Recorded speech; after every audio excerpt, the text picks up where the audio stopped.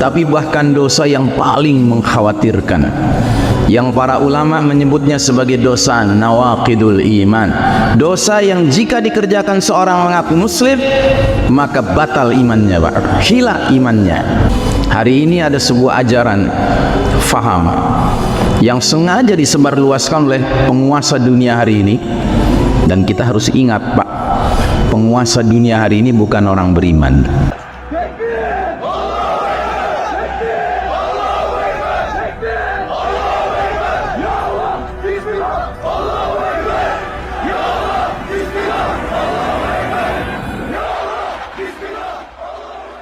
Hadirin jamaah salat Jumat rahimakumullah. Suatu ketika Nabi kita Muhammad sallallahu alaihi wasallam bersabda, "Badiru bil a'mali fitanan ka qita'il lailil muslim. Yusbihu ar-rajulu mu'minan wa yumsi kafiran, aw yumsi mu'minan wa yusbihu kafiran. Yabi'u dinahu bi'aradin minat dunya." Artinya, bersegeralah kalian beramal sebelum datangnya badai fitnah. Bukan fitnah, tetapi badai fitnah. Fitnah yang banyak sekali, sehingga menjadikan dunia seperti sepotong malam yang gelap gulita. Di masa itu, seseorang di pagi hari masih mukmin, masih beriman, sore harinya menjadi kafir. Atau di pagi hari seseorang masih mukmin, beriman, pagi harinya menjadi kafir. Dia rela menjual dinnya, agamanya, demi meraih kenikmatan dunia.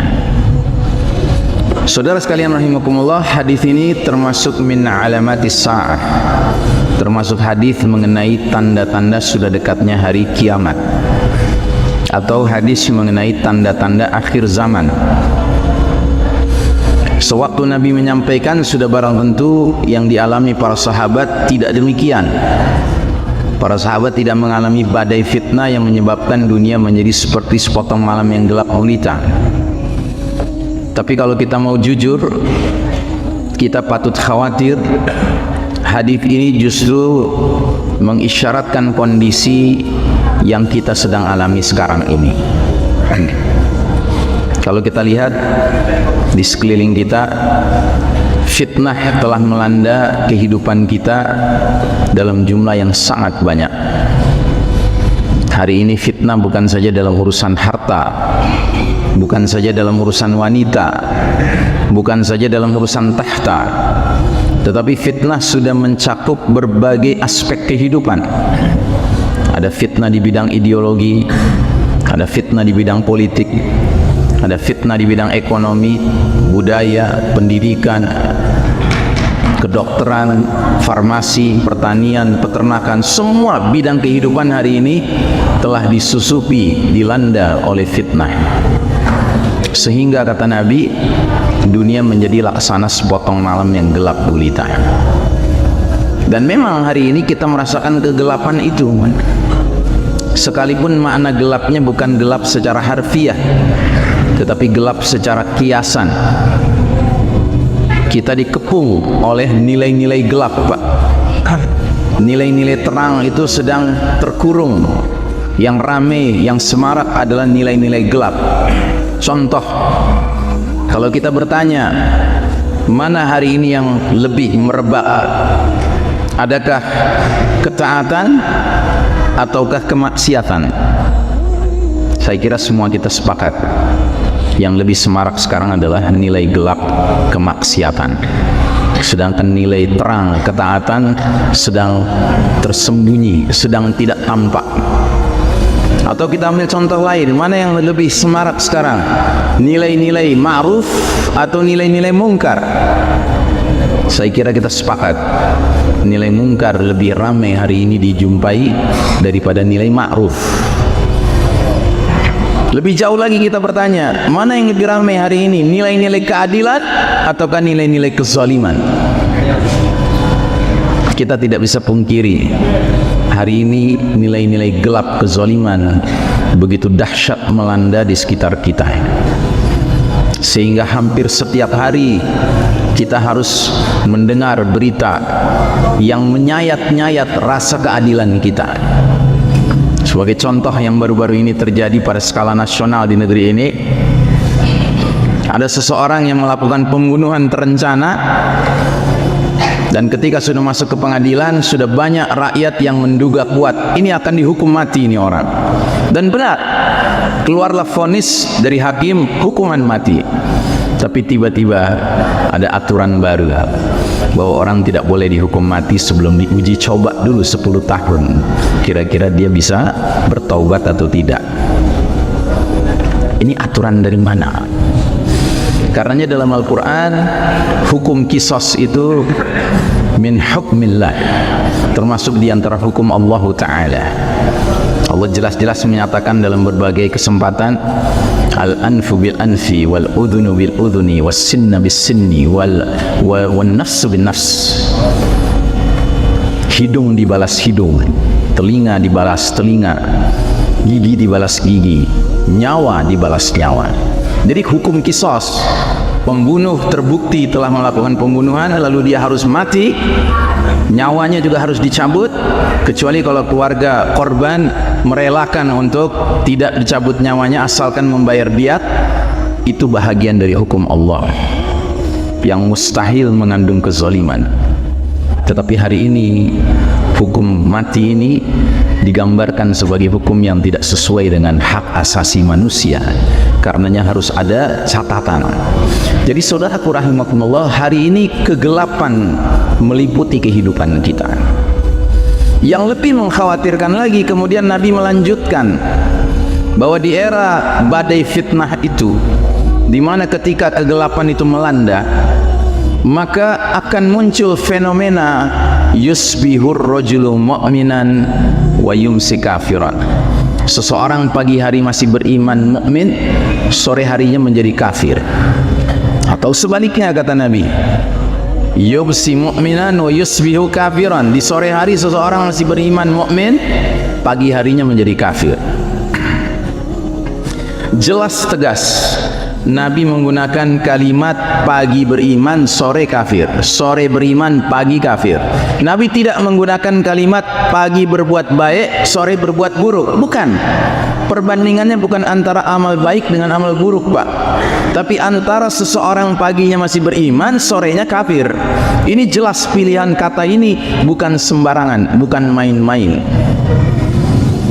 Dan memang realitas dunia hari ini menunjukkan bagaimana umat Islam hari ini ditawarkan berbagai jebakan-jebakan syaitan yang kelas dosanya bukan sekedar dosa kecil, as-saghair, bahkan bukan dosa besar, al-kabair. Dosa besar itu al-kabair, tapi bahkan dosa yang paling mengkhawatirkan, yang para ulama menyebutnya sebagai dosa nawaqidul iman. Dosa yang jika dikerjakan seorang mengaku muslim, maka batal imannya, Pak. Hilang imannya. Dengan kata lain, dia terjerumus ke dalam dosa murtad.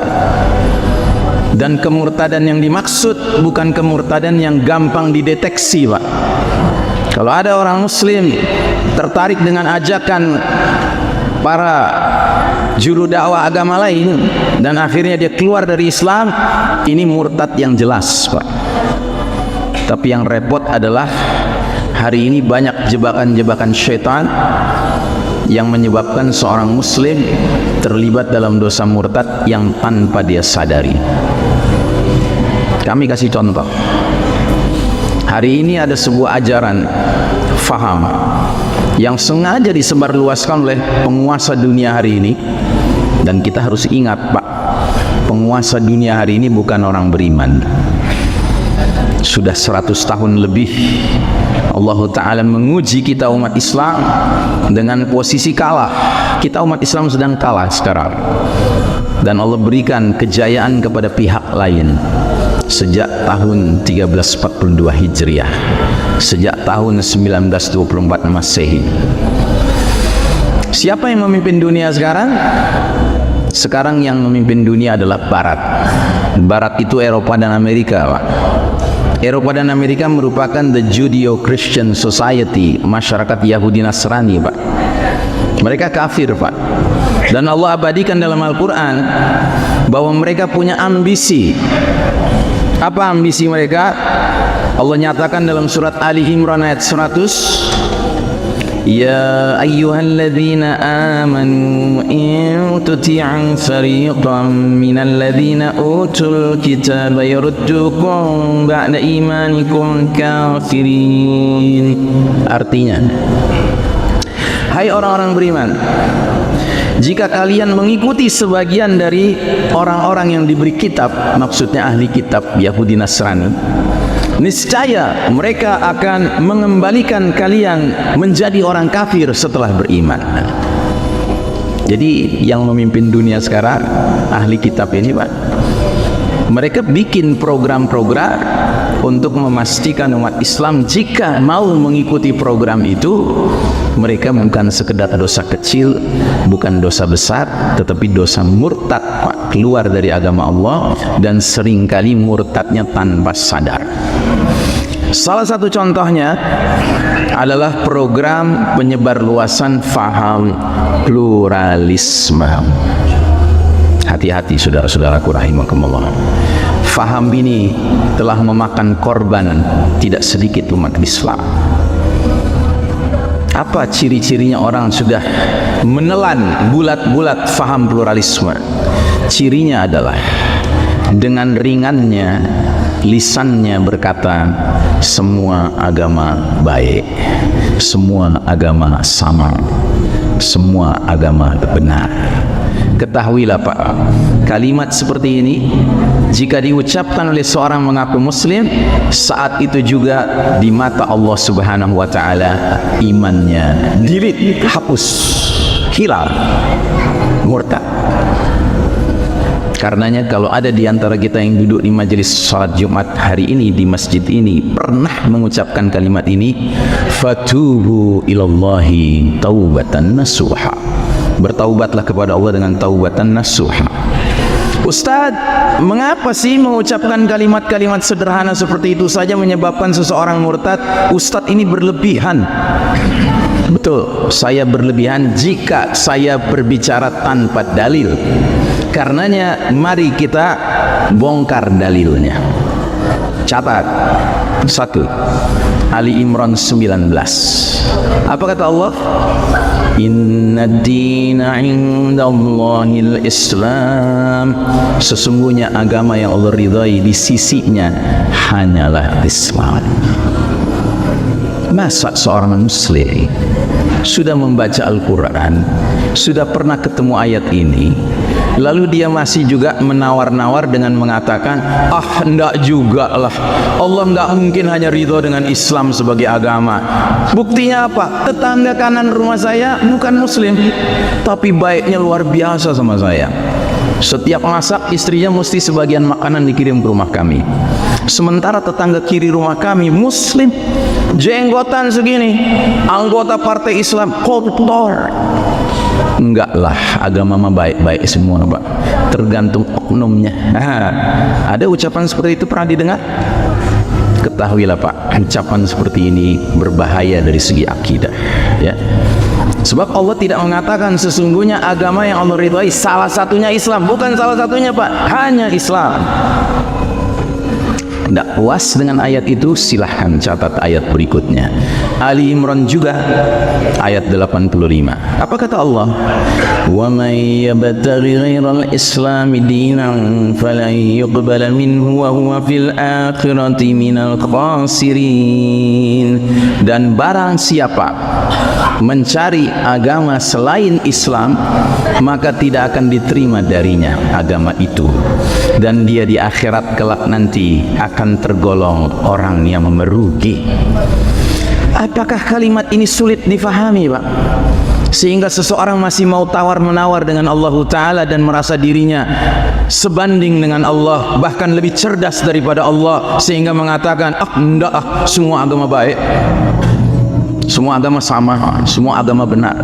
Na'udzubillahi min dzalik. Satu lagi ayat biar witir jadi 3. Surat Al-Hijr ayat 2. Apa kata Allah dalam ayat ini? Rubbama yawaddul ladzina kafaru law kanu muslimin. Kelak di akhirat nanti seringkali orang-orang kafir itu berkata, aduhai alangkah baiknya seandainya dahulu kami menjadi muslim. Ini adalah kalimat penyesalan kaum kafir di akhirat nanti. Dan terutama penyesalannya karena apa? Karena sewaktu di dunia he has made the wrong choice of religion. Dia telah memilih agama yang keliru dalam hidupnya. Jelas Pak? Nah jadi saudaraku rahimakumullah, sebagai penutup, khatib ingin bertanya dan tidak perlu dijawab karena ini bukan tanya jawab. Jika ada orang mengatakan Islam agama paling benar, adakah kalimat itu benar atau salah? Jawab, salah. Tidak ada ayat dari Allah, tidak ada hadis dari Nabi yang mana mengatakan Islam agama paling benar. Yang ada adalah ayat sebagai berikut. Catat At-Taubah ayat 33. وَالَّذِي أَرْسَلَ رَسُولَهُ بِالْهُدَى وَدِينِ الْحَقِّ لِيُظْهِرَهُ عَلَى الدِّينِ كُلِّهِ وَلَوْ كَرِهَ الْمُشْرِكُونَ. Dialah Allah yang mengutus Rasulnya Muhammad sallallahu alaihi wasallam dengan membawa petunjuk Al-Quran dan dinul haq, agama yang benar, al-Islam, agar Allah menangkan Islam di atas segenap agama lainnya sekalipun kaum musyrikin tidak menyukainya. Jadi dalam ayat ini Allah jelas menyatakan Islam itu agama yang benar. Allah tidak mengatakan agama paling benar. Kalau Allah mengatakan Islam agama paling benar, berarti kita juga boleh menganggap agama lain benar, tapi kurang benar. Sementara Allah minta kita nyatakan Islam itu dinul haq, agama yang benar. Yang berarti agama lain apa Pak? Simpulkan sendiri. Aqulu qawli hadza fastaghfirullah li wa lakum innallaha huwal ghafurur rahim. Ya.